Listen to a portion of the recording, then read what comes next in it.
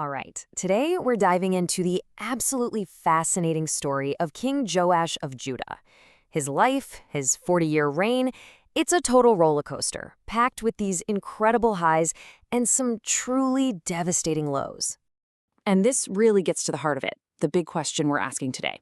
How does a celebrated hero, a guy who restored the faith of a nation, end up assassinated by his own people? Well, the answer is a complicated mix of character, influence, and leadership.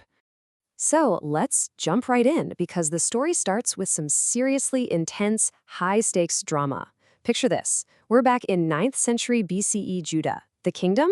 It's basically being held hostage by a ruthless tyrant. And get this, it's Joash's own grandmother, Queen Athaliah. Now, Athaliah was the daughter of the infamous King Ahab and Queen Jezebel, so you know she brought that same kind of idolatrous vibe south to Judah. To lock down her power after her son, the king, was killed, she gave a horrifying order: execute the entire royal family, all of her own grandchildren. She wanted to completely wipe out the line of David once and for all. The fact that he even survived is a miracle. I mean, as the massacre was happening, his aunt Jehoshaphat literally snatched the infant Joash and whisked him away into hiding. For 6 whole years, he was secretly raised inside the walls of the temple, protected by the high priest Jehoiada. Then, when he was just 7 years old, Jehoiada stages this brilliant coup, reveals the hidden heir, and crowns him king. Just like that, Athaliah's reign of terror was over. I mean, when you grow up in the temple, it kind of makes sense that your first big move as king would be a massive project of faith, right? And that's exactly what he did, all with his mentor, Jehoiada, still guiding him every step of the way. You see, under Athaliah's rule, the temple had just been left to rot. It was in terrible shape. But Joash, he showed some real leadership here. He set up a nationwide fundraising campaign, he hired the best craftsmen to meticulously restore the sacred building, and by doing that, he brought the entire nation back to its spiritual center. And this wasn't just about repairs. This was a really smart move. It was, of course, a deeply religious act, but it was also a political masterstroke. It pulled the people together under one big cause and cemented his status as the rightful, God-approved king from the line of David. For years, things were going great. The kingdom was stable, people were united. But then we get to the turning point, the pivot for this entire story, the death of the high priest Jehoiada, the man who saved him, raised him, and pretty much guided his every decision. And man, when you look at it like this, the difference is just night and day, isn't it? With Jehoiada, Joash is this faithful reformer ruling a safe and secure kingdom.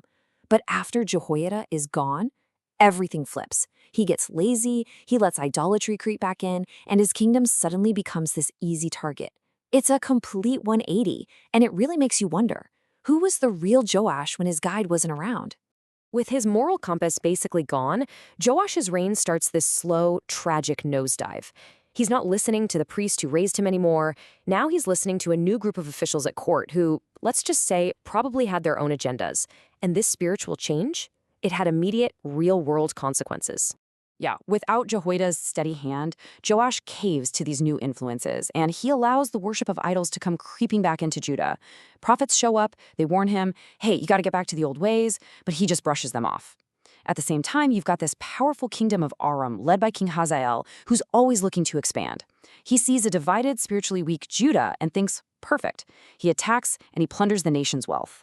The people writing this history saw a direct line connecting Joash's actions to the kingdom's fate. To them, these military defeats weren't just bad luck or a poor battle plan. No, they saw it as a direct consequence, a divine judgment, because the king had turned his back on his faith. So after this 40-year reign that kicked off with a miraculous rescue and a golden age of reform, how does it all end for King Joash? Well, the ending is just as dramatic and violent as the beginning. From a hidden baby to a boy king and a celebrated reformer, Joash's life was just one dramatic turn after another. But after Jehoiada died, his reign just spiraled into military defeat, and it all ended in tragedy. He was assassinated in his own palace by the very officials he was supposed to be leading, a pretty powerful symbol of just how far he'd fallen.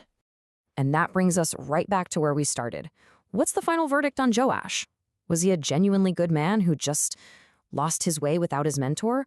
Or was he actually a weak man all along, and his goodness was never really his? Was it just a reflection of the strong priest who was always in his ear? That's the question, isn't it? And it's what makes his story so compelling, even today.